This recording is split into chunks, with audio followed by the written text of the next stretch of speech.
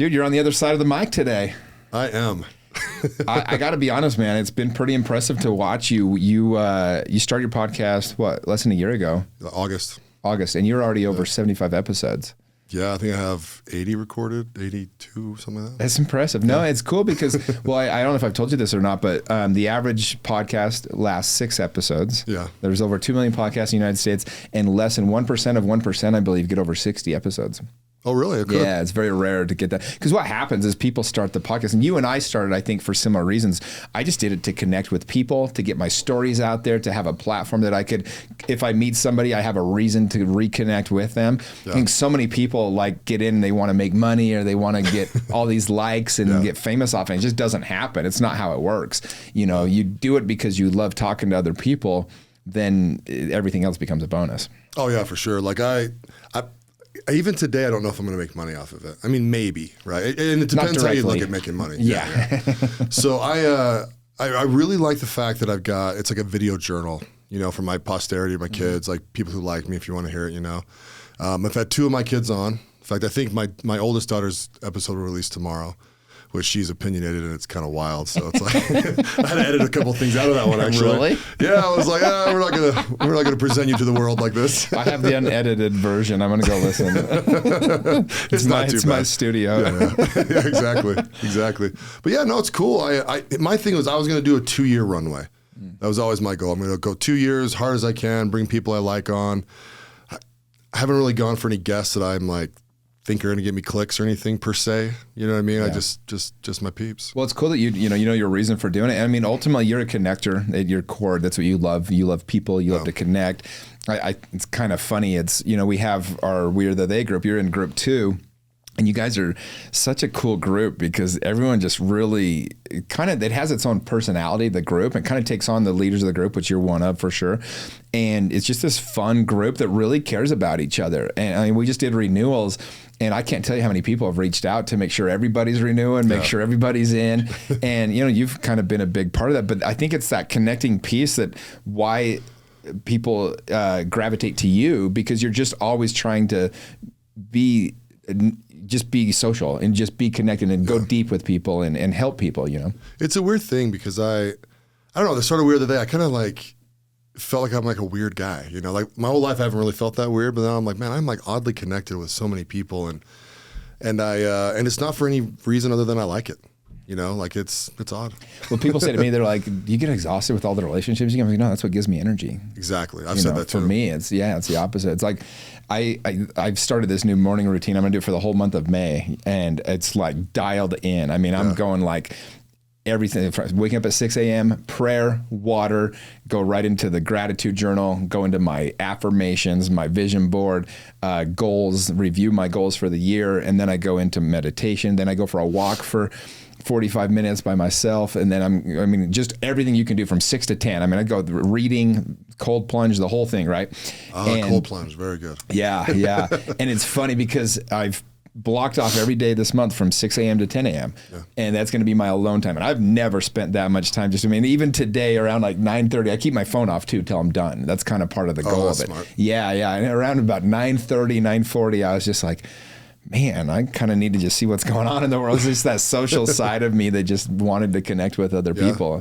One of the weirdest things for me is when I go to Lake Powell, I turn my phone off generally the whole time, right? Mostly because you can't even get on it because you're heading down the lake, right? Yeah, which we just barely got, but whatever. But it's weird when you come back, you actually feel like really disconnected, especially from like world news. And it really taught me, I'm like, who gives a shit about this stuff?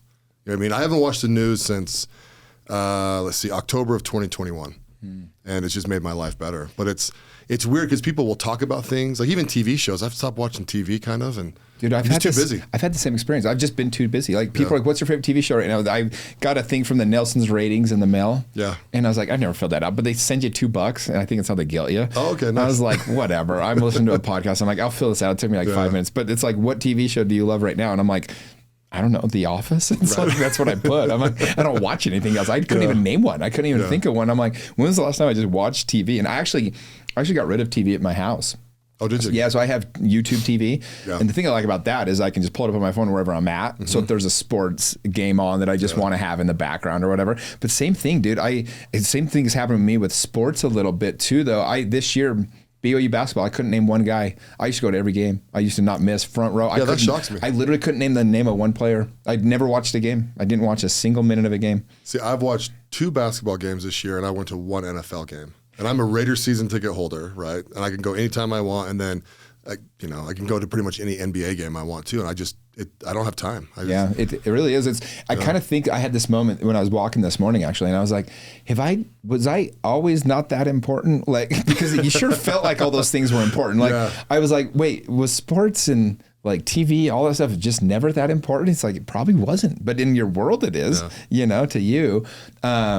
Well, and I will say this, the one thing I love about sports, like you came to my birthday party, we went and rented out the club for the BYU Notre Dame football game, and it was a blast. And that's where sports are at its best. You're connecting with other people, and that's why I still love sports. And I definitely am a fan and a proponent of going and having those experiences.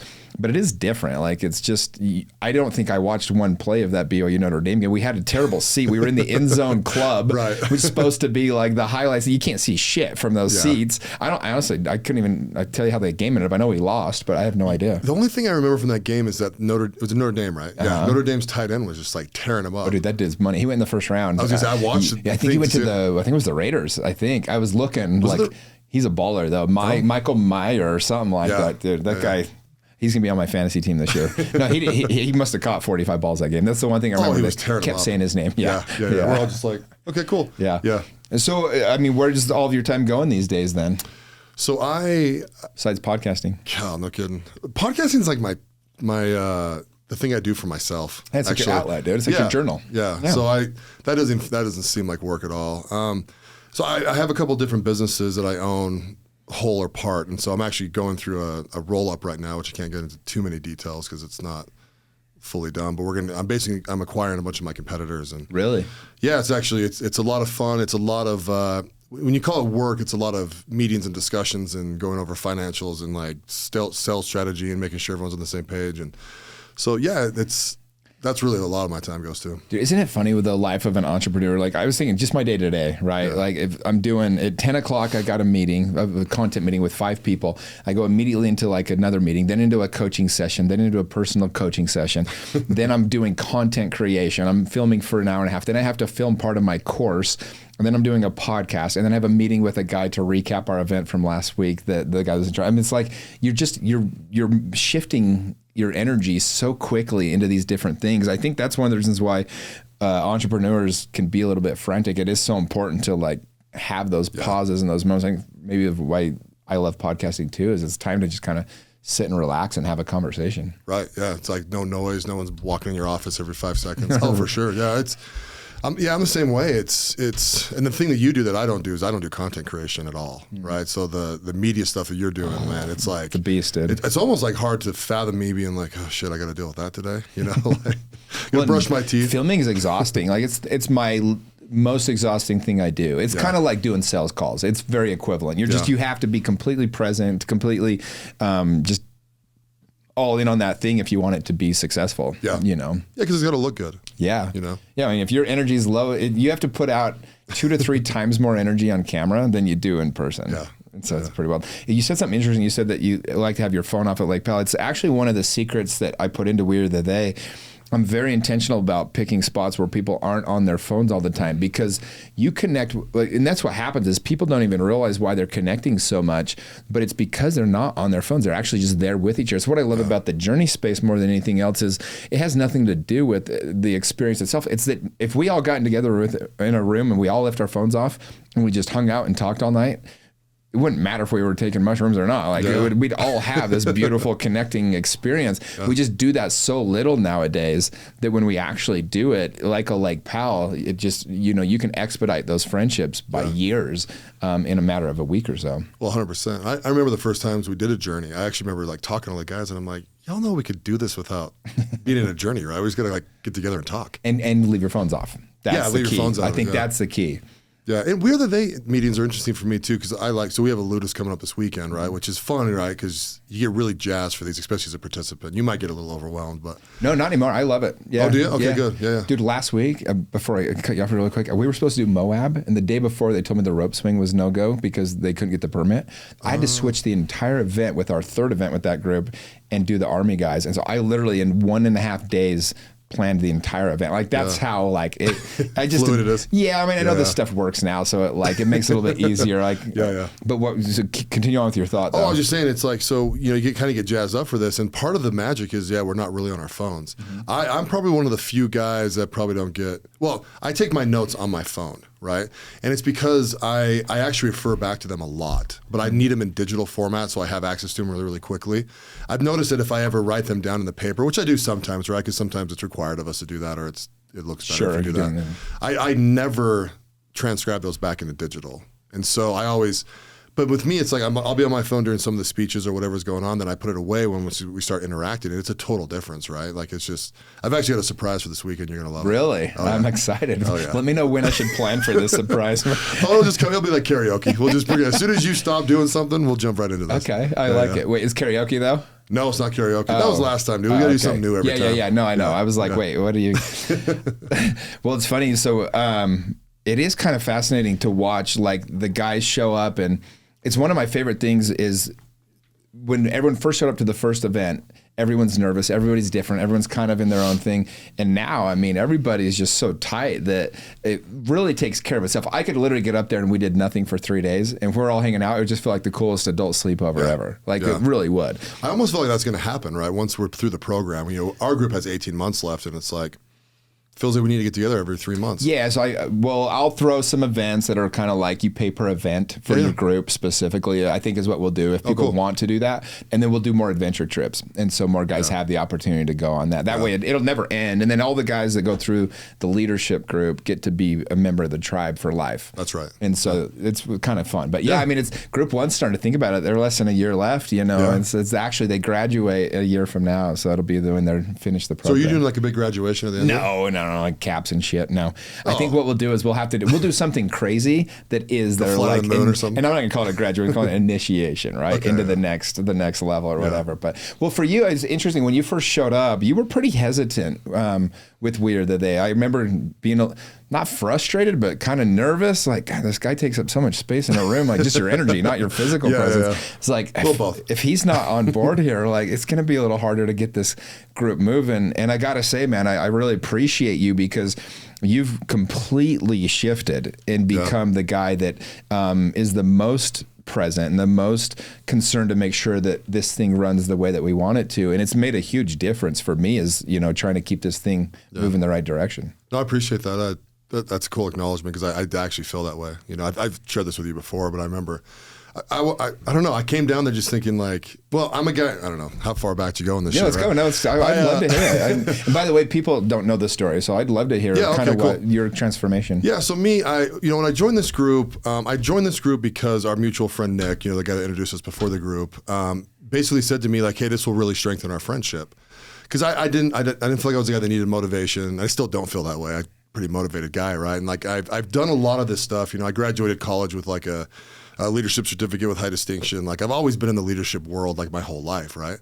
Also helps. I'm 6'7", 300 something pounds, right? I take up space, right? And people kind of gravitate to me. And I remember just going like, I'm not jumping off this cliff. Like I've built my life into a place where I don't have to do anything I don't want to, like literally anything. And all the way up until you gave us that speech at midnight, right? Where it was like, what was the speech? Well, it was like, if you don't do this, you'll regret it your whole life thing. And I was seriously thinking, I'm like, bullshit, I won't regret a damn thing. I almost never regret anything. Sure. And I woke up about 4 o'clock in the morning, and I always tell the story. It depends how dramatic and funny I want to be. I flip my CPAP machine off, do this whole thing. Went to the bathroom, and I just remember laying back down, and I was like, dude, and I just had this like overwhelming thought, like, dude, you are an asshole.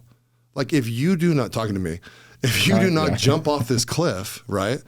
Like they'll be like Ryan wasn't going to do it either, right? And then it would have lent to like 3 or 4 of the dudes being like, well, if these guys aren't jumping, I'm not jumping. And then I literally it was like smashing me, like emotionally, right? Like if you don't do this, you will wreck this for people and for Jimmy. And I was like, okay, fine, I'll do it. And literally I just was like, hey, I'm done. And so then I slept for maybe another hour, right? Because we got up at like, 6 or some shit. Yeah. By the way, we sleep in a little more now. Oh, great. Yeah. Well, whatever. Yeah. I've learned that. I was like trying to pack. It's like, we don't need to do 7 a.m. yoga, it turns out. Yeah, exactly. We do it at 8. Yeah. And so, so I volunteered to go first, and then I did it the way I wanted to do it. I made Ryan do the little NFL circle. And were you there for that? Yeah. You were there for all that. And yeah, I mean, and jumping off the cliff for me, actually, it was a beautiful experience. I loved it, right? But really what it did for me is it kind of set a tone for me. I keep on saying that over and over, but that I'm just going to participate in everything. You know what I mean? Like, why wouldn't I? Like, I jumped off this cliff. Everything else is easy, right? Like walking in the fire, that wasn't a big deal. Jumping in the cold water, you guys all like to do that. Whatever, I'll do it. I'm mostly insulated for it anyways, right? So it's like, it's all good. I mean, literally everything that we're doing, we're going to get waterboarded this weekend and shot with little pebble guns or whatever. I hate to tell you this, but the waterboarding's the easiest part of it. Oh, I'm not worried about that at all. Did you see my videos when they like throwing them in the river and shit? Oh, yeah.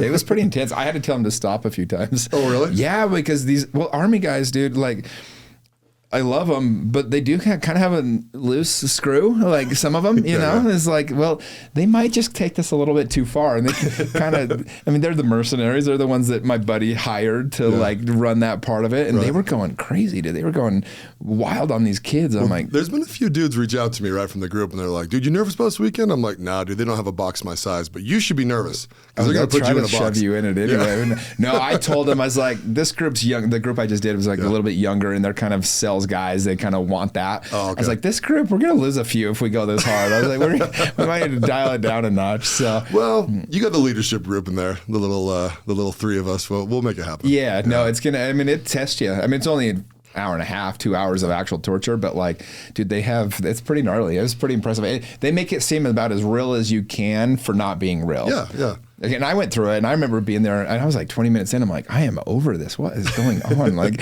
and because I have to think of multiple things. I'm thinking, okay, how's everyone else reacting to this? Like, are they having a good time? Are they going to be mad at me? Like, is this working? And I'm like, I had to just trust it. Oh, you consider that? I didn't realize that. Of course, yeah. But, and so from that time on, yeah, I mean, we've had the chance now. You came with us to Iceland. Yeah. And then you came with us to Argentina and Brazil. Mm-hmm. You're coming with us to run with the Bulls? Oh, yeah. We can't be doing that. I'm doing everything. I love it. Everything we do. Yeah, no, the Bulls can be wild. We've got 70 of us. Oh, bro, I'm so excited for running with the Bulls. I can't see straight, right? And mostly because I'm an energy dude, and so are you, right? Like the energy of stuff, like the experience, like you're in it, being present, and I'm like, yeah, there's 70 of us. 20 guys are gonna be shitting their pants, right? And I just love that. It's like, yeah, you should be scared. Here we go, right? Waiting for the gun to pop or whatever starts the thing off, right? Like the energy of that is actually really contagious, you know? And like, Nick's freaking, he is not happy. Well, he's scared to do it. Oh, really? Oh, hell yeah. He's going to try and wrap his hands up somehow, right? So they can't get hurt, right? He's a plastic surgeon. He'll be fine. Yeah. And I keep on telling everyone, I'm like, oh, just run next to me. I've got like 40 guys that think they're running next to me, right? It's like, you better run as fast as me. I'm going to smoke you. Dude, I mean, the truth is having 70 of us, someone's going to the hospital. It's almost a guarantee, but just don't be that someone, Yeah, exactly, dude. I've had like these weird visions, dude, where I'm just like pushing bulls out of my way, kind of like helping guys up. And I'm like, dude, Mark, you're viewing this wrong. You got to like get your butt down there. No, you're not moving these bulls. They're 1,800 pounds, dude. Like, that's it? That's good. That's a pretty big one, yeah. Dude, that's funny. I actually wanted to back into your story a little bit, though. I don't really know. I mean, I know you're very successful with business. I know what you do, but I didn't know how you kind of built it up or how you kind of got into it. And so, like, let's maybe if you would share. I think anytime I got an entrepreneur on the show that has had a lot of success, I know success leaves clues. I try to get into that story a little bit. Yeah, sure. So I started working for my dad's company, which is called ADP Lemco. We do athletic equipment. So it's like backstops, gym divider curtains, bleachers, like pretty much stuff for like gyms. We're in like the new education market. So high schools, rec centers, universities, that kind of stuff. I started working there when I was 8 years old. When I say working there, like I actually have worked there since I was 8, right? So high school, I had time off where I went to work. Like other than my 2-year LDS mission, man, I've been full time working at this place. Wow. I went to college. I did paralegal studies, which was like UVU's version of pre-law. Got into law school, and then my dad sat me down and said, I don't know what you're really thinking. And I was thinking like, well, I just studied for the LSAT for 9 months, thinking law school, Dad. And he said, I'd love you to come run the family business for a while. And I didn't do that well in the LSAT. I got a 150 for anyone that knows that. It's like straight down the middle. I had a really high GPA, so I basically got into Texas Tech and which is like about a 70th ranked school, right? So as you're kind of thinking about where you have to rank and how you have to pull, like go into like the big law firms and then just be a slave to them for like 10 years, I was like, oh, this is a lot less appealing than it was, 9 months ago. You'd have been terrible at that job. It would have been a fit of your I'd personality. have been a really good litigator, but other than that, I would have hated it. Yeah, same. I say that because I wanted to be a lawyer, and I think back and I'm like, where were people to go? Here's a behavioral test, because it would have been the worst job. I mean, you were literally paperwork all day. All day. Yeah, I would have been miserable. Altering forms. Yeah, it would suck. It would really suck. So I told my dad, I'm like, yeah, I'll come be your COO or operations guy or whatever the title was. We don't really have titles, back then. And so I lost my deposit on my seat in the law school. It was like $250, no big deal.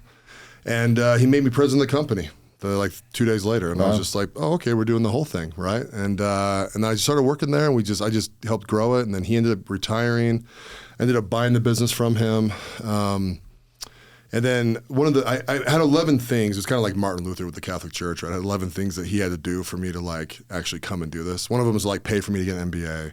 A couple people had to get fired, including some family members. They needed to go. Wow. Right?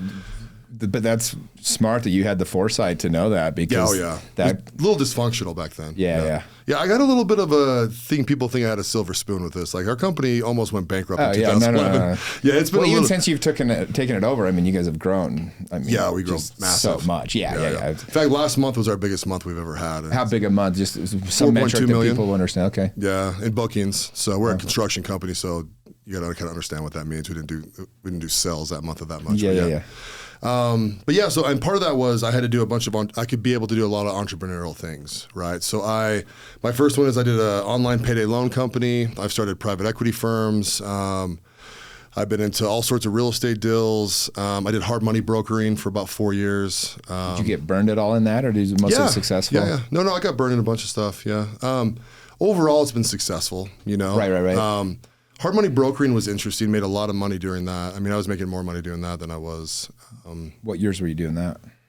Oh, geez. 9, 10, 11. Oh, so right after 12. the crash? Yeah, right after the crash. Yeah. So I never got burned on real estate, but I'm also not a big real estate guy, which is kind of funny in our group, right? Because people, they love the real estate. Well, the reason why they love real estate, I pitched my program only through Instagram. I never ran an ad. So the only people that joined the group knew me. And so they either knew me from Utah or they knew me from real estate. So our whole group is either realtors around the country or people from Utah, basically. Yeah. And so, I mean, I've been in and out of 40 to 60 businesses. I kind of stopped paying attention. About 2015, when my dad retired, I exited a bunch of positions, sold them, ended them, whatever it took to kind of like really focus on ADP Lemco and a couple other things. And so currently I got one of my partners in my flooring business where we do like the NBA floors, the NCAA courts, all that stuff. I got him out of his family business, then I funded our business together, which is a 50-50 partnership. And so those two businesses are really complementary. I spend a decent amount of time in there. I have a spirits company called Free Flow Brands, and that what kind of alcohol is it? It's anything. So we are a brand ambassador. So we basically act on the back end of a company. So if you start a brand, we basically help you get all the sales done on the backside. And so it's really a function of operations. Wow. So, and that's a lot of fun. So my cousin worked at Bacardi for 9 years. Before that, he was at Southern Glazers, which they distribute like 60% of all the brands in the world. Oh, really? He is a major player in that industry. And he finally actually listened to my podcast and got inspired to leave his corporate job and become an entrepreneur. Very cool. Wildly enough, and I was just like, let's freaking go, baby. Yeah. So that's picking up, and we're doing really well with that. I have a private equity firm that I'm the managing member of that we do investing with, and so a lot of my own money's in that.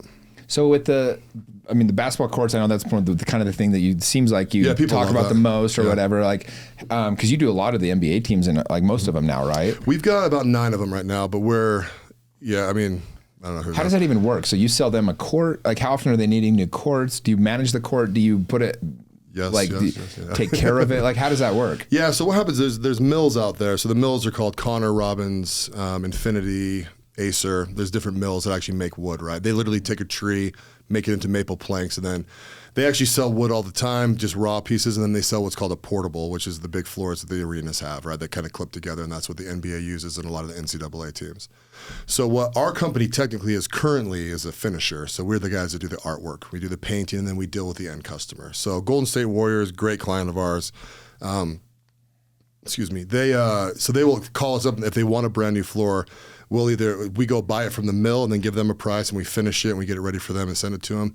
And then they send us all their quartz every year for us to refinish them. And so, and then sometimes they'll send us a quart and we'll sand it down and paint it whatever they want. Sometimes I think it was 2 years ago, it was like their 75th year, so we put a big diamond in the middle for them. How often are they buying new quartz? I think they have to buy them every 5 years if they. Okay. I think that's the NBA mandate, every 5. You know, NCAA I think is every 7, something like that. But to be honest, though, the teams go through them like every 2 years, and then we actually buy those floors from them, and then we sell them on what we've created as a secondary market. So that's genius. Yeah. So like Beyond Meat was one of our clients. We took the old Oregon floor, sold it to Beyond Meat, so it just sits in their corporate office now. Fake meat? Yeah, the fake meat. They kind of tanked, right? Yeah. As far as I can tell. I think people like started, whether it was true or not, I have no idea, but all I know is people started saying like, oh, you can't eat that shit. I don't think it's good for you. Yeah, I don't think so either. Okay, well, I just don't want to disparage one of your clients, but I'm pretty against the idea myself. But I'm very happy they bought a quart from us. But what kind of put my partner on the map is he actually did the portable floor for Oregon when they first did the Deep in the Woods floor that I've seen that, has all the trees, right? Yeah. So their new one, we just redid that one last year. It's a brand new quart. It's the exact same thing. And so, but we took their old quart and we sell that off. We flip about 40 to 50 quarts a year right now. You sell the full quart to people, or do you sell it as pieces like memorabilia? The full quart. Okay. So we're dancing around in the memorabilia game right now a little bit, but like it's mostly the full quart. So I'm trying to think like New Mexico State, right? They wanted a new floor. They bought an NBA floor. We sanded it down, painted their stuff on it, shipped it to them. Got it. So like the Dollar Loan Center in Vegas, that new one out in Henderson, that new event center bought 2 floors from us, and we've kind of established ourselves. There's not that many players. And I wouldn't think so. A couple mom and pop shops, and then it's an old industry, right? So there's a lot of like old bros that hate each other, and he screwed me in 1989 and all this kind of shit. So. With all your business experience, what was the hardest thing you ever went through in business? If you got maybe a story around that? Gosh, the hardest thing. It was probably the first payday loan investment we made. I borrowed $100,000 between the bank and my parents. My partner did the same thing. We invested the money. It turned out it was a scam. What kind of scam was it? It was a Ponzi. Yeah, so which one? I invested in a couple of those early on. Oh gosh, it was. I could have told you this 10 years ago. It was one out of St. George in like Southern California. What was the pitch? How'd they get you to, or how did they run the Ponzi? They were paying us 12% a month on our money. So right. When we gave them the money, they were 12% kind of your return. First sign that you're in a Ponzi scheme. Yeah, but you don't know that at 25. I know, same thing. Yeah, but I ended up. I worked for 2 freaking years. I was installing the products that we make. So I'd work during the week. Every weekend I worked. Just making money off installations. I paid all that money back. Obviously paid my parents back. I can't not pay your parents back. And then I paid Wells Fargo back. That's who gave me a $50,000 loan. And yeah, it was a brutal 2 years. So I learned a lot from that. So that might have been the hardest thing. I mean, nowadays investing's a little more... we're kind of in the medium risk, high reward world. Sure. We're not taking on a lot of like little mom and pop crap. Yeah. Well, I remember when I first got pitched what ended up being a Ponzi scheme, and my brother Matt was a guy in his stake president. True story. Yeah, here we go. And it was. I could say it because it was. It's like, and it doesn't mean they all are, but this guy was. And it was. I think we were getting paid 4% a month, and so he was taking his cut, and everything else. And I put 50,000 in. And I was just like, wow, this is great. This is and I think I went for like a couple months, and then my brother called me. I was probably 22, like 23. I was young. Yeah. I mean, it was all the money I had at the time. I don't know what the hell I was thinking. I even sat down with a financial planner once, and I told him this was my plan. And I just like, if I get 300,000 in by this day, then I can retire by 30. And it was like, he didn't talk me off this ledge. Like he just let me go with that. Anyway, but I remember my brother called me and goes, dude, are you sitting down? I was like, yeah, what's up? And he's like, it's gone. It was a Ponzi scheme. We lost all of our money. I was like, yeah, I thought it might be. And he's like, no, I don't think you understand. It's gone. I'm like, yeah, I mean, they were paying us 4% a month. That probably sounds about right. And anyway, was that a payday loan thing or was it something different? No, it was, do you remember the Rick Kerber stuff? Mm-hmm. It was here at the point of the mountain. Dude, he would do these seminars. He'd get people to come in. He'd open with a prayer. He was very like in the church. He'd talk about the founding fathers, Pledge of Allegiance. Like really played on all the things that make people feel safe. Was this the Franklin Templeton thing? Yeah, same thing. Oh yeah. Rick Kerber was the guy behind it all. Okay, yeah, gotcha. Franklin, whatever. Yep. Yeah, whatever it was called. Yep. Yeah. And anyway, so my guy had put his money in that, whatever. Yeah. And so were they buying like big real estate projects and then basically what they were doing is, they would buy these big real estate projects. And then, dude, back then, you remember how it was in 06, 07. So they had appraisers on the freaking hook. So they would, the way they got caught was kind of interesting is they would buy a house for $900,000. They'd say, well, get it appraised for 1.5 and we're going to strip 600,000 equity. And then they put the 600 into this system. Yeah. But what happened is the neighbors that didn't want to move, their property taxes all started going up because all of a sudden their houses was worth 1.6, 1.7. Like, this is bullshit. Our house is worth $1 million. Yeah. And so they got pissed and like started complaining, and then they started digging into it. And dude, a bunch of people went to jail for it. Yeah, that was as they should. Yeah, there was a realtor. Yeah. There was a realtor. I'll never forget this. So I was a member of the Salt Lake board and the Utah County board. The Utah County board, this guy, God, what's his name? I don't know. I guess I will forget this. But anyway, he, Todd Goobler or some shit like that. Anyway, this guy was doing all their dirty deals. Yeah. All their dirty deals. And it was me versus him for Rookie of the Year. And I'd sold 60 homes, hustling one house at a time, dude. Like 23, 24 years old. And I went up against him, and they gave him, he sold like crazy number of homes because he was doing all these dirty deals. And I remember this whole speech was how grateful to God he is for all this stuff. And then when it came down, that dude didn't sell a house for like 3 years. And I was just like, yeah, we know who you are, mister. And, but dude, it hurt. I was pissed. I was like, damn, I lost that guy. Cause I kind of like can understand people that lose cause someone cheated or used steroids or something. That's kind of what I felt like. Oh, for sure. I'll tell you one thing. My best educational experience with it though was doing hard money lending. Talk about that. So hard money lending is, so I was a broker, right? Unlicensed, probably could have gone to jail for it, right? Let's put it that way. It's like when people say syndicate, right? I'm syndicating this deal. It's like, oh shit, here we go, right? But I would actually, we set up a website. It was called Loan Funding Co., right? And we started doing SEO, and we would just get deal after deal after deal after deal in. So then I had these funds that I'd go pitch these deals to. I'd pitch the same deal to every one of them, right? The first one the fund wins, right? We take a point or two off of the deal. But it taught me how to underwrite and value businesses, because I mean, we were doing like $200 million worth of valuations a month, right? Not deals in a month. I wouldn't be sitting here. We'd be on my jet. I'd probably be in jail, actually. Of course, back then, though, it's the same thing, right? You talk to somebody like, oh, yeah, this is totally legal. Yeah, blah, blah, blah. Oh, you're like, if you were in the middle of it, you'll never understand it. Like, everything felt normal. Like, it did. It just, it's hard to explain to somebody that wasn't there. Well, and people need to understand, too, like, there's crooked accountants, there's crooked attorneys, there's crooked sales guys, there's crooked mortgage brokers, appraisers. I mean, dude, I'm 24 years old. I'm just think people are honest. You know what I mean? It's like, I swear, every person you meet with, you just assume they're telling you the truth and find out real quick. They're not. And they will take your money if you give them a chance to. Well, they always give you that pitch, right? Oh, use other people's money. Use other people's money. And you're like, well, I am. This is cool. It's worse using other people's money because then you have to pay them back. Like, I'm just like you said, same with me. There's not a person out there that I ever took money from that didn't make money from it, or else I paid them back. Like, even deals I didn't need to, And it's like, I wouldn't do that now. But like, I had this terrible guilt. I was just like, if I told you to buy a house and you lost on it, I couldn't sleep for 2 nights, know? No, yeah. I mean, honestly, we say this word a lot, but it's an integrity thing. Mm-hmm. Like people who really have integrity, if you ding that bell inside of them, it's like you're going to get them to move. Mm-hmm. You really, really are. But I mean, but learning how to value a business. I mean, even nowadays, right? In our group, like I've kind of put myself in the middle of some of these guys, right? I'm like, hey, if you guys are going to do a deal, bring it to me. Like, just get my opinion on it. I don't want to participate. I'm not going to block it or do any of that stuff. I want to know what you think you're going to put your money in, so I can tell you why it's good or why it's bad or why it's right in the middle. Yeah. And it's super important. Yeah. Well, I've done the same thing. When we have a rule in the group, you're not allowed to pitch another We Are the They member anything where $5,000 is trading hands without me approving it. Yeah. Because, and by the way, I haven't blocked anything. I've given my opinion that caused a lot of people not to do stuff. Yeah. But it's like ultimately, and by the way, the one company that was being pitched with group one, a few people want to invest in, and they ended up going under. And it was like, I saw it on their wall. I was like, guys, you can invest in a company that's crushing it and you might not ever get paid. Yeah. You might, if you do get paid, it might not be for 10 or 15 years, you know? And so it's like, you got guys that have, maybe you have 160 grand to your name. They feel like they can put 100 into an investment that I'm like, no, that's not going to work. Like, that's not going to help you. But no, I really like that part of the group is that we can, it gives purpose to my pain. Yeah. I lost money on so many deals. I got taken advantage of so many times early, Yeah.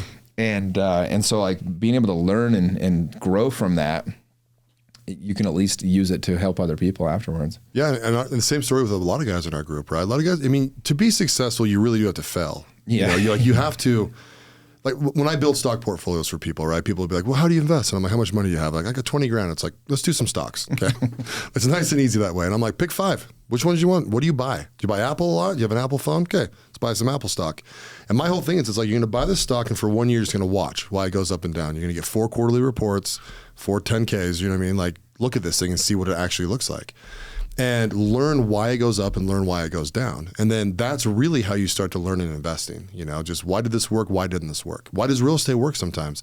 Why does venture capitalists work? Or capital, not capitalists.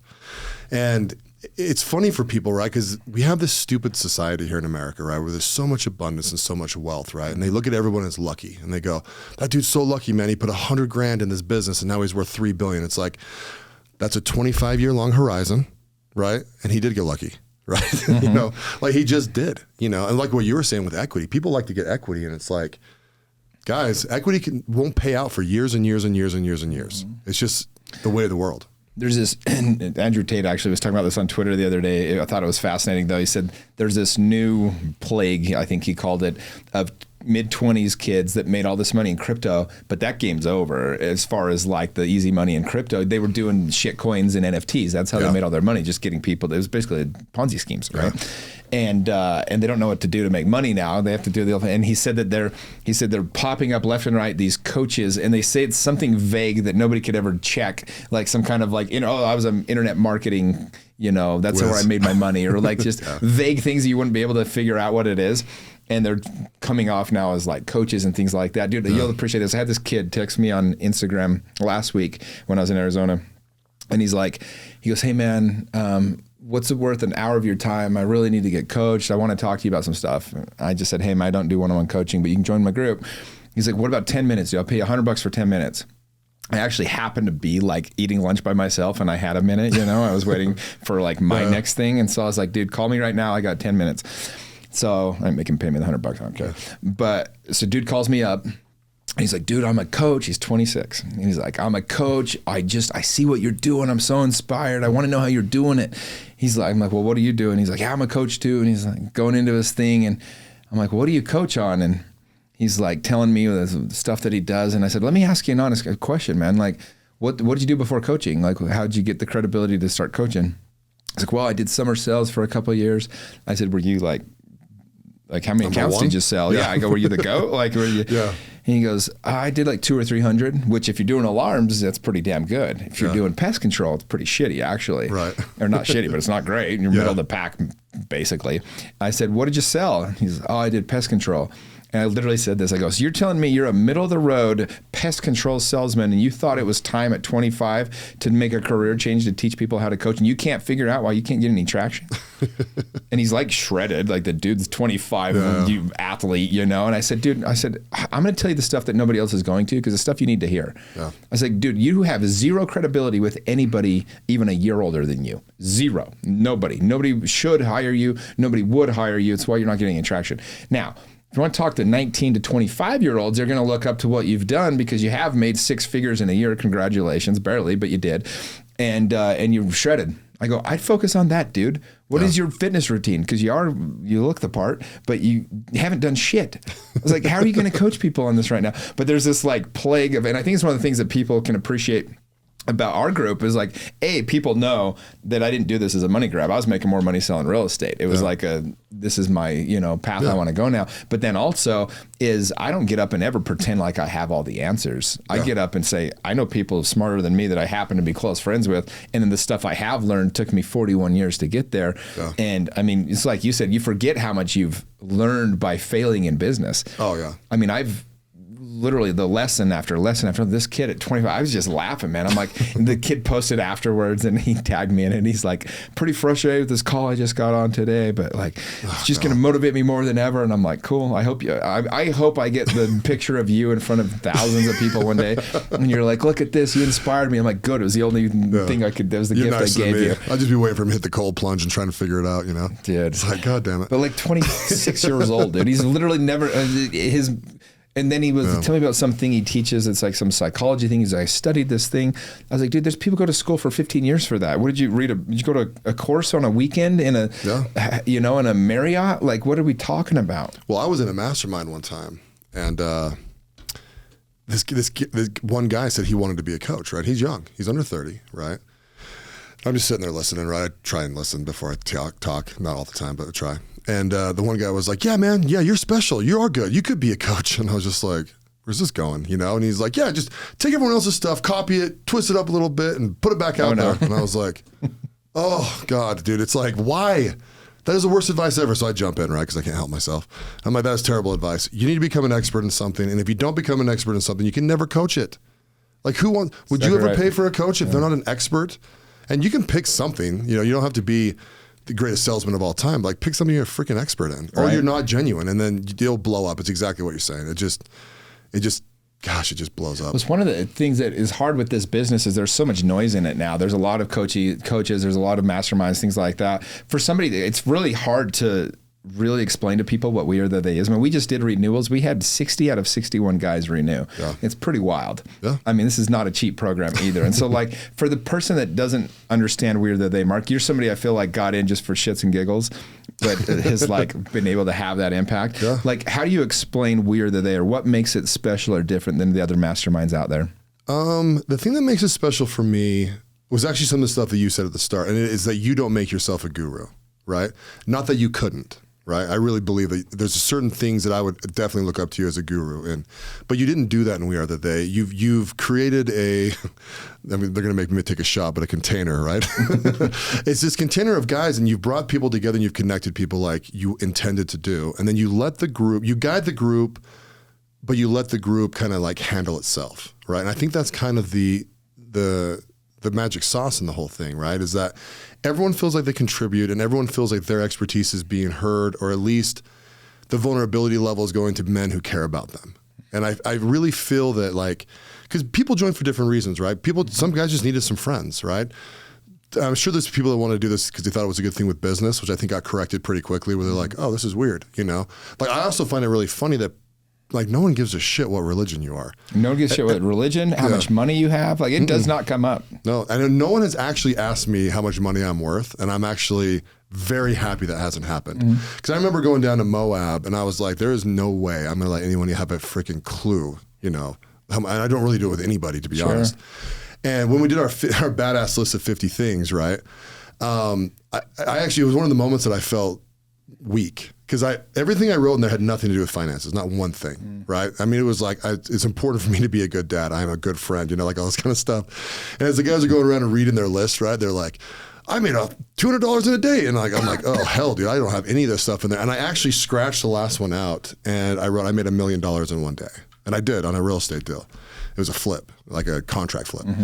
And as I'm reading through the list, and I just felt to me, I was just like, don't say it. And so I didn't. I just said what I originally wrote, right? And I had so many guys come up to me after, like, dude, you're different. Like, you care about things that are different. You know what I mean? Like, you care about, like, your marriage and that kind of stuff, and all these little different things. And there's a few guys in the group that has really galvanized us, right? Like, Michael McHenry is one of them. Like, he came up to me and he goes, dude, I joined this group because I want to be around married guys who love their wives. And he's like, you're one of them. And I was like, oh, because, like, I portray that, I think I show up that way, but it's definitely not all of me. But, like, I'm like, oh yeah. And then, like, the longer this group has gone on, I'm like, yeah, I'm like around guys that are like, they like want to go that direction. They don't want to be like me. I don't want to be like them per se. We all want to be ourselves individually, but we're like rolling in that direction. Well, that's why I tell people is like, the thing I think if I could sum it up in one sentence, what I'm most proud of there is like, it's just like the best group of dads. Yeah. Just great dads everywhere in this group. It's like, it's ironic because I'm not a dad, but I'm like, it's funny because, you know, we launched our Next Gen program. Yeah. And I know people are like, well, what the hell is Jimmy going to teach these kids? He doesn't even have kids. And I'm like, no. The people I get to be around, the dads I get to learn from, both from the group, from my family and everything else, it's like it qualifies me 100% to do it. And just like I did with our group, I'm not dumb enough to come in and tell you how to discipline your kids, but I got 50 guys I can pull from that can tell you exactly how to have great kids and do a great job, you know. No, you're right. That's exactly how it's going to work. You know, you're going to bring the guys in. Well, and you also were a teenage boy at one point. Sure. So it's I mean, I think I'm pretty smart just in general. There's parts of you there already. On certain parts of just living life, right? Yeah. But yeah, you just set the program and then let the program do what it needs to do. Yeah. You know, that's the whole thing. Yeah. I mean, there's a lot of guys that are excited for their boys to be in there. I mean, mine's 11, so when he's ready, he'll go too. But yeah, I'm pumped. It was funny. I did my first coaching call with Ed Milet back in December. And he said to me, he said, you know, I told him what our numbers were. We just renewed group 1. So he was just like, holy cow, that's your renewal. Like, you're doing something right. Like, he really got interested. And he's like, you know what you need to do? He's like, nobody's doing this. Nobody's doing something for the young kids, for the young boys. There's just nothing out there, right? 13 to 17, those kids are getting lost. They're getting taught from TikTok and Instagram and, you know, celebrities and people that are confusing them. They need somebody like you that, because he goes, the thing that's so good about you, Jimmy, is like your program's really cool. Like, it's actually like the program that if you're trying to be cool, you'd be like, look at what we could do. We swim with sharks and we go jump off cliffs and we do all this crazy stuff. He's like, you'll attract those kids and then you can kind of teach them. I've actually done that with my TikTok. It's kind of funny. My whole purpose of having it is I do entertaining things and that draws eyeballs. And then I can teach principles that these kids otherwise aren't getting. There's only very few people teaching good things on TikTok. And so that's kind of my whole purpose of that. But that's kind of like with the next gen. I think why it'll end up being so successful is because the kids they'll gravitate to what it is.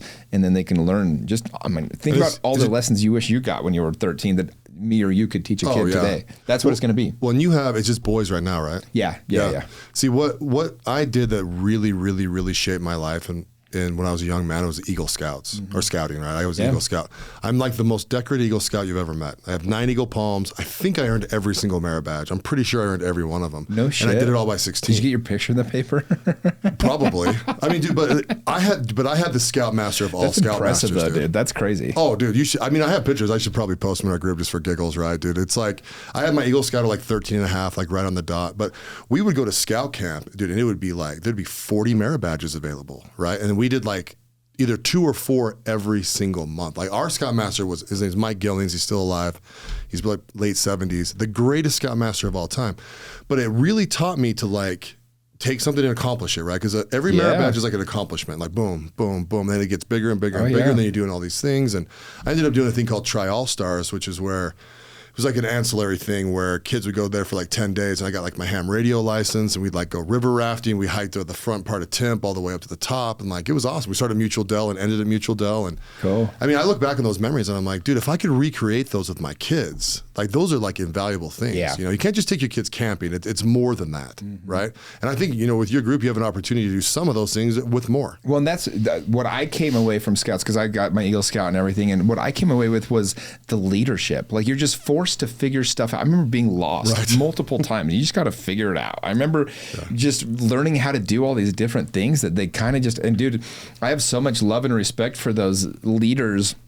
They had families, they had jobs, they had places they'd rather be. And there they were with us, like just putting up with my bullshit, dude. And it was not a small amount. Well, it's us, the Klondike, building fires in the snow, sleeping in the snow, like all sorts of craziness, dude. I know. Yeah. It's really admirable. Is Scouts still in around? Well, Boy Scouts of America is, but you know, we grew up in the LDS Church, and so they've separated from that. Do they have something like Scouts? I don't think so. Dude, how did they just get rid of that? That thing was powerful. I don't know why they didn't just take it over, but well, the lawsuits did. Well, that's true. I think that was the problem. Well, you know, I don't know what we're saying. I don't know why they didn't recreate it.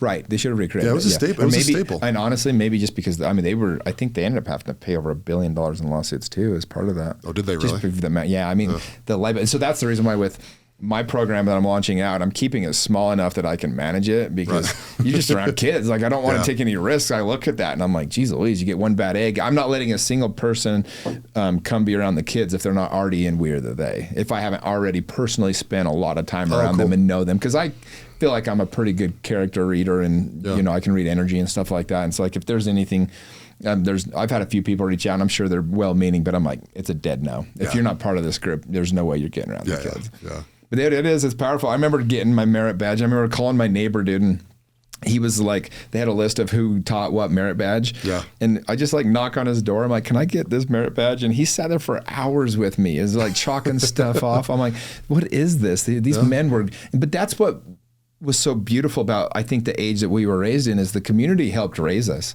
Yeah. And it was very important. I mean, I can name so many men that stepped up in my life and taught me this little lesson here, this little lesson here. I don't know if kids still have that like they did, but they do not have that. They really don't. I mean, I coached football last year, right? And it was amazing how many kids don't play football because they're playing video games. And like in our day, right? Like we all played video games, but like we would never not do a sport, you know, like even if you weren't good at the sport, you still go hang out with your buddies and play, right? You would never like pick video games over that. And I mean, the activity level's down. Like, I don't know. I don't think the structure's there either, right? Like, kids need structure. Like, we need structure at some level, right? If you don't give it to yourself, society needs to give it to you. Like, everyone needs some structure. That's why we do these morning routines and things. Yeah. Which is funny. I actually finally gave in about a month or two ago, where I like actually set mine hard in stone. I've always had one, right? Because if you're high efficiency and motivated, you have to have some sort of a routine. But yeah, I started doing mine's kind of similar to yours, right? It's like every 15-minute kind of thing. Well, I had a really good routine when I was building my business, my real estate business. I mean, I was in the office every day by 8, and I did the things I needed to leading up to that. And so, like, for about a 5 to 7 year period there, when I was really grinding, I was dialed in. Yeah. But the last few years, I schedule appointment at 8 or 9 or whatever, and it's just kind of like, whatever I'm kind of feeling. I'm like, wait, I need to get back to protecting my morning and making. I mean, Gary Keller, who's the founder of Keller Williams, he wrote the book, The One Thing. It's an amazing book, but he says, you win the day before 11 o'clock or not. Like, everything you do before 11 o'clock is winning the day or not. It really is. Well, see, and my goal by the end of this year is I'm only going to work like anything that has anything to do with me making money from 10 to 12. I'm taking a 2-hour break. And during that break, it's going to be something. I don't know if it's going to be jiu-jitsu, something activity level. It could be hot yoga, whatever I feel like doing. And I'm going to come back to the office from 2 to 4, and then at 4, it's done. Like, talk to my assistant, it's over. Love it. I haven't read a book. There's like a book called The 4-Hour Workday or something that, right? And so it's loosely based off that idea because I haven't read the book. It's Tim Ferriss. Oh, is that Tim Ferriss? Okay, yeah. So it's like, I've heard about it, just kind of been in my head. But one thing I did a long time ago is I moved my employees from a 5-hour work week or 5-day work week to a 4-day work week, right? And it forces them to be efficient. Mm-hmm. And actually, holidays are amazing, right? Because I love holidays in the middle of the week, because you slam in the middle of the week, then they're like they all gear up for it, right? And so really, by me going to this 4-hour work day, I'm like going, okay, I have to be so crazy efficient in those 4 hours that there's just no distraction during that. And I'll get the exact same amount of work done in those 4 hours than I will in an 8-hour day. That's smart. Well, when the market tanked, so my assistant at the time, Chris, I was paying him as pretty good for an assistant, but then the market tanked, and I said, dude, I can only pay you for 20 hours a week. And so he only worked 20 hours a week. And the rest of the time he went back to school and he was doing other things, But dude, I'm telling you, in that 20 hours, we were damn near just as efficient as when he was working 40, because we had to be. We had to cram everything. He would just come in midday and cram and he'd go to school or whatever. And then I went back to school, and same thing. I don't feel like I missed a beat, because I would, I had class from like noon to like 4 or something. And so I had to cram the morning, and then I would work at night. And it worked out really well, actually, because it's what they say, your most efficient day is the one right before you leave for vacation. Absolutely. Just getting everything done. Yeah. See, and it's funny too, even the Luduses we go to, man, even those like gear me up. Especially this week, right? Because we got some guys coming in on a Wednesday this time, right? Cause they are? Yeah, we're going to go up to Salt Lake. And I put it in the group chat, but it's like we're going to go party in Salt Lake with Alec. And then we're actually, we're going golfing the next morning, some of us, and we're going to head up to the Ludus, right? It's kind of extending that week. And so today and tomorrow, I'll get everything done I need to. But yeah, I think, are you kind of on the leading edge of AI? You follow AI I've been much? following it closely, yeah. I mean, I just talked to one of the smartest humans in the world this last week, Walter O'Brien. I saw that. The TV show Scorpion's based on him. It's based on his character. He hacked NASA at 14 and just crazy. This guy's nuts. But very fascinating to talk to. But he thinks within 18 months, we'll have a 47 to 48% unemployment rate in the United States because of AI. That's what he told me. That fast? That's what he said. Scared the shit out of me. That's interesting. I know. I've had him on the podcast. It's halfway exciting, bring him back on. I mean, he's kind of like doom and gloom a little bit. He's very analytical. I mean, obviously, he's one of the 5 smartest people in the world. He honestly, it probably could be in 18 months, but it won't be. What's your take on AI? Well, it's amazing, and it's going to make. If we do AI right as a society, it should allow all of us to have 4-hour days, right, or 2-hour days, right? Because in the business world, you just have to do value add, right? As long as you add value, you get paid for it. It's the people that don't add value that are expendable, right? Mm-hmm. So if you have an AI bot, or a few of them, I have AI bots at work that let's say work for me, right? But they do functions inside of my companies, right? A lot of accounting functions and purchasing functions. I've had them for years. Really? Right? Yeah. They're cheap. They're like $1,300 and then you got to pay a monthly fee and stuff like that. AI bots have been around forever, and so now it's not full on think for itself AI, right? I shouldn't say they're AI. I've had bots work for me, right? And they just do functions. So like if you send me an invoice in my email, the bots will read it and they stick it into the system and then they mark it to be paid if it matches a purchase order, right? There's no human that touches it. Wow. And there's a lot of other functions like that. But I look at some of the things that I do and some of the things that my my project managers do, right? They do a lot of like scheduling, right? Well, if they have a bot and we have a bot and the bots just talk to each other, there's nothing to schedule anymore, right? So you really only have decision makers and people that add value inside your organizations, and it just makes you wildly efficient. Going on to what that guy's saying, right? Yeah, you could probably cut 48% of people out if you're being efficient, especially if you only got people working 4 hours a day. What happens to those people then? The economy will figure it out. As long as we stay free capitalists, they'll do something. That's fair. Yeah, I mean, there'll be a lot of labor jobs. I mean, you can't AI a hammer. Right. You know, somebody's got to flip. Well, actually, the robots can flip the burgers, but somebody's got to, you know, take care of a lot of construction jobs, you know, trucking at some level, you know, transportation at some level. They're about to automate that. That was the original idea with Nikola. He wanted to have one truck and then 30 following it. Yeah. It was all automated. But here's one the driver. problem, though. They can't. Well, the whole trucking thing's way interesting, right? Because they can't pull enough cobalt out of the ground to actually make those things efficient. Is that what it is? Yeah. A battery in a 18-wheeler is like 8,000 pounds, right? They couldn't do 1% of the entire transportation model if they tried. Got it. But that also makes people more creative and more efficient, right? In different things, sure. Right? So, let's say you're an artist, right? So say you're an artist, but you're stuck at a desk job, right? All of a sudden you lose it, and then you start like, well, shit, I got to make money somehow. Yeah. I'm actually really good at guitar. Maybe I'll write some songs. You know, I mean, that's a little. That's true. I mean, how many people have given up on their dream, their artistic dream, to settle for a shit job they hate, you know, and that's why they're miserable. Like, it's one of the saddest things in the world to me. Somebody that gave up on their dream. You see it all the time. It's like your Uber driver starts telling you about giving up on the job, or somebody that's just at a desk job that just is bored with it, and you're like, man. Well, I look at the whole world, right? So look how many, like, artists in general, like musicians or artists. It's like, how many of those people never were found? Like 99.9% of them, right? Yeah. We don't experience any of that stuff, and we could as a society. I'll tell you my indicator, though, on when people should start shitting their pants a little bit. Let's hear it. It's when NFTs actually function as an NFT. Okay? Yeah. So an NFT, for people who think it's a picture online that Jake Paul bought a million times, right? It's in actually, their defense, that's what it's been so far. Kind of, yes.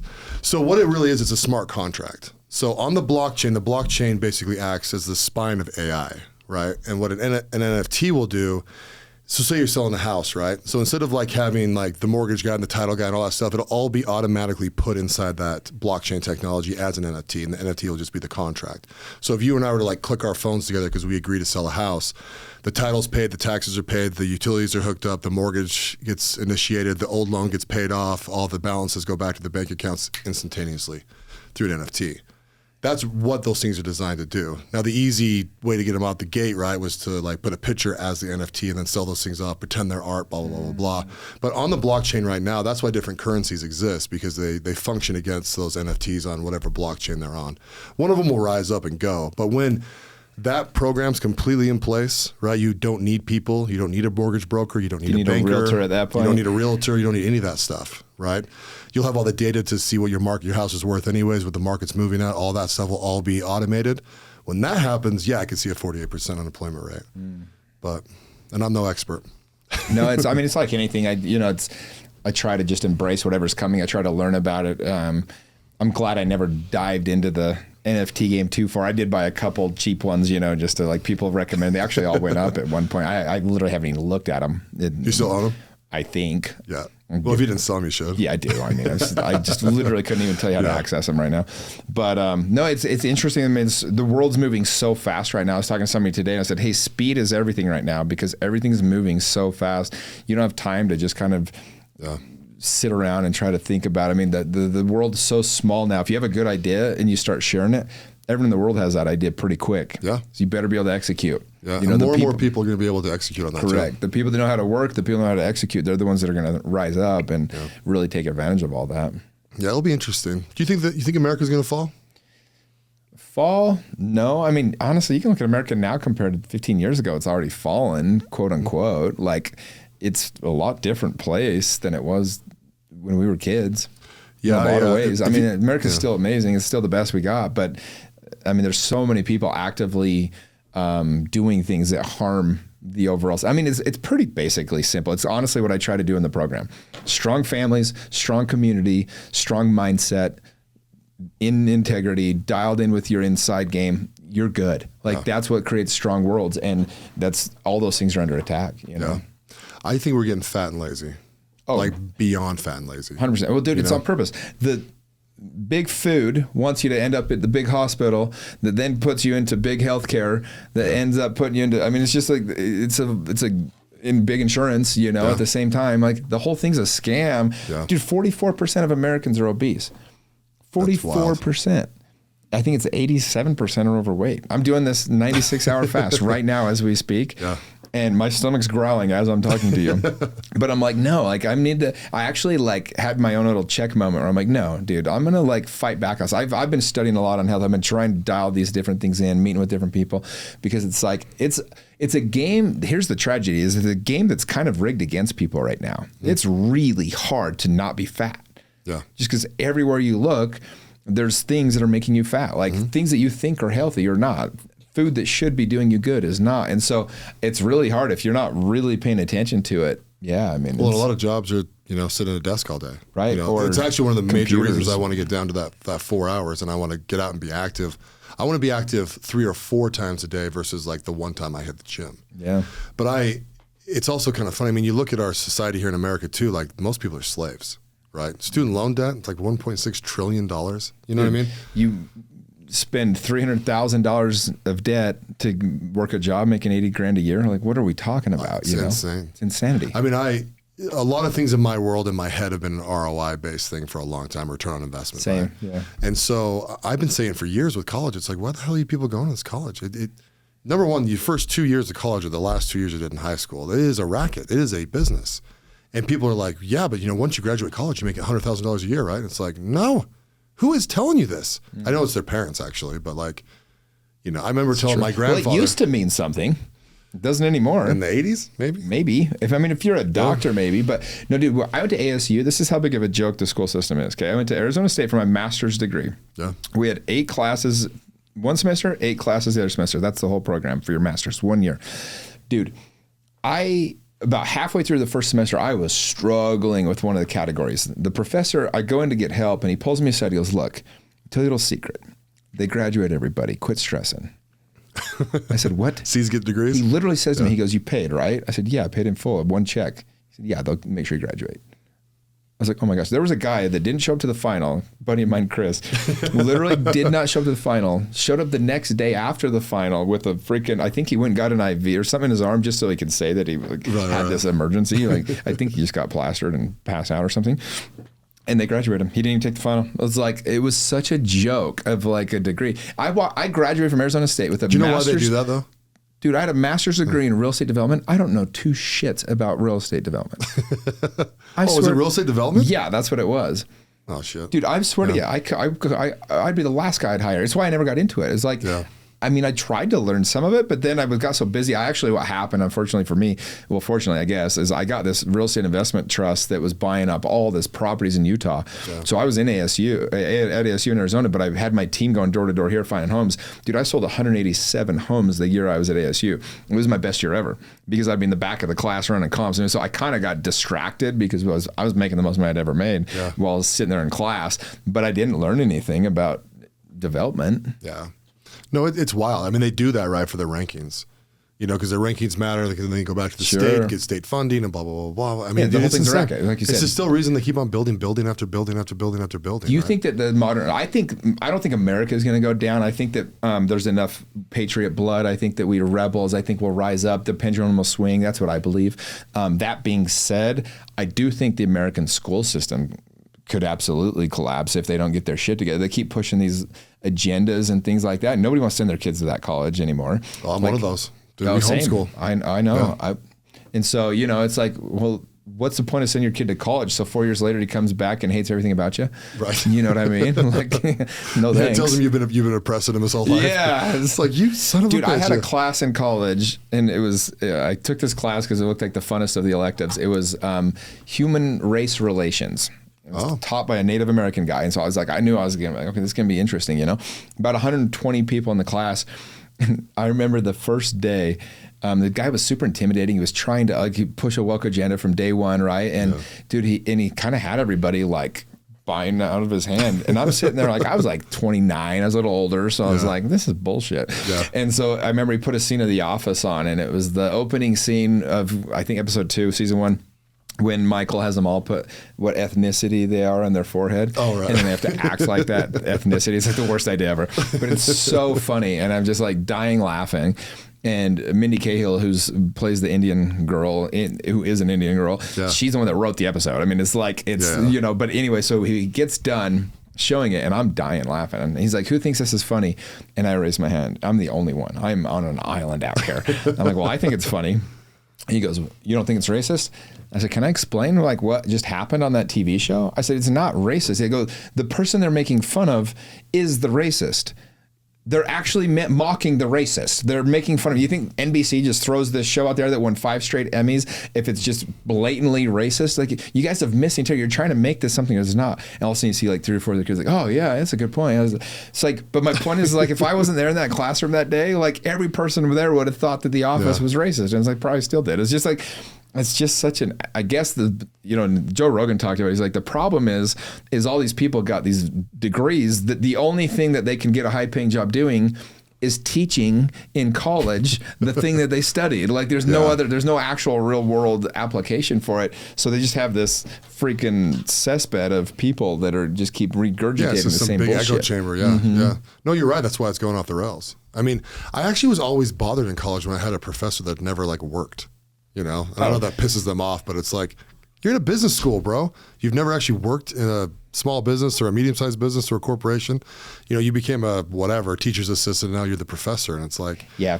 If you've never been in the real world, it's very tough to be a coach, a professor, a president of the United States. Like these are jobs that we should consider people that were like in the trenches at one point. You know. Yeah. Well, I have a whole thing where I don't think you should be president unless you just serve 4 years in the military. It's probably fair. I'm a huge believer in that. I would actually believe that. Yeah. I'd buy that. Yeah. I mean, I actually studied it when I was in high school because I was like, maybe I'll be the president one day. I think the only requirements, you got to be 35 years old, I think, and you have to have been born in the United States. Yeah. That's the whole thing with Obama's gifts or birth certificate and stuff. But no, it is fascinating, man. It's like, but you know, you want somebody that has enough skin in the game. 4 years in the military sounds about right. Yeah. My other flip and there's side enough qualified people there. Oh yeah. Well, my flip side of that too is you can't be 70 at any point when you're the president, right? Because you need to live in the country that you created.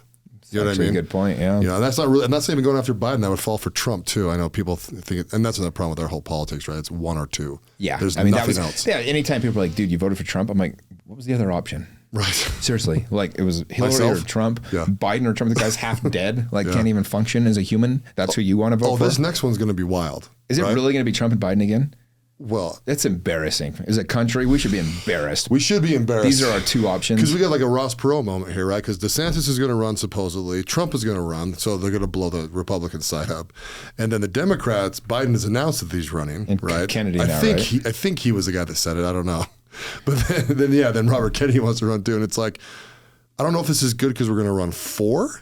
But you really can't though, right? Because one has to be picked from the DNC and one has to be picked from the RNC. And it's like, how are we doing this? They won't. Like they'll have their little mail-off thingy. Because exactly. But if Trump pulls 25% of the vote, well, he'll back out if he doesn't win the Republican candidacy. You think? He has to.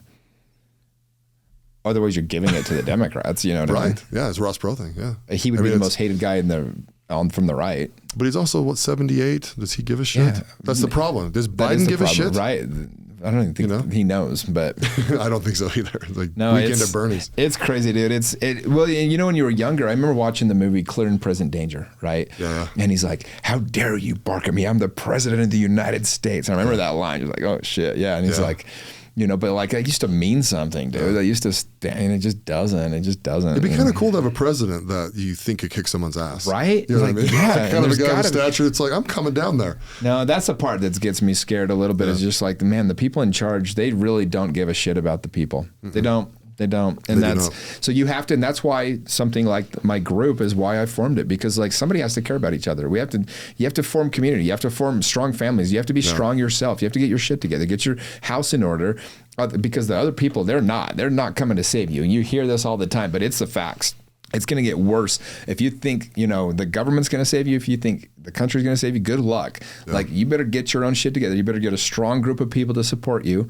and then you help each other, and that's what will save America if it is. But well, I've said a million times, like it is like what you just said. No, every man on this planet should say, no one's coming to save me, right?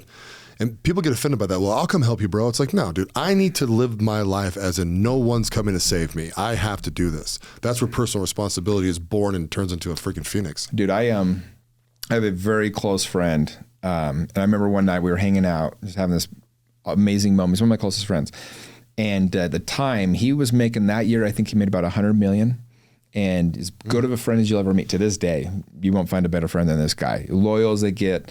But he, he shares this story publicly, but I don't want to share too much. But the long story short, he was molested as a kid. This played havoc in his life. He ended up cheating on his family. All this. But I remember when he was like at his peak at the top, and I literally said to him one day, I said, dude, my life can never get too bad because I'm friends with you. And he told me later, he's like, I didn't want that pressure. And I was like, in my mind, I was like, that guy could always save me. And then his whole life went to hell. The guy that was probably the strongest that I knew, and now he's like in a good place again. He's been able to fix the stuff with his family. I just love this guy so much. But I was like, well, how unfair was that to me to think that somebody else would be able to take care of me? It's up to me. Like, this is my responsibility. Nobody's coming to save you. Your best friend making 9 figures with all the benefits. And I mean, he would have taken a bullet in the face for me. Zeroed out, 100%. Doesn't matter. That dude can't save me. He's trying to take care of himself. And so, like, yes, we support each other and we have this thing, but you ultimately got to take care of your own shit. Yeah. Yeah. And you got to teach that down to your kids. Yes. Absolutely. Yeah. Well, dude, Mark, I appreciate you, man. Your podcast is rocking. It's called the President McCormick Podcast. Yeah. Yep.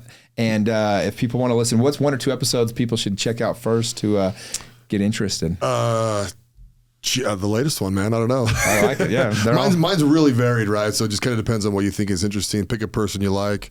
Obviously, yours is the second episode. I was pretty rookie at it back then, but it was a great episode. Beautiful. So, yeah. No, you do a great job, man. I know it's fun to listen to, and it's fun to have you in the group. Thank you for the way you show up. Yeah, thank you. Maybe we'll see this weekend as I'm waterboarding you and throwing you in the river. I can't wait. It's going to be fun. All right. Love you, brother. Thanks, man.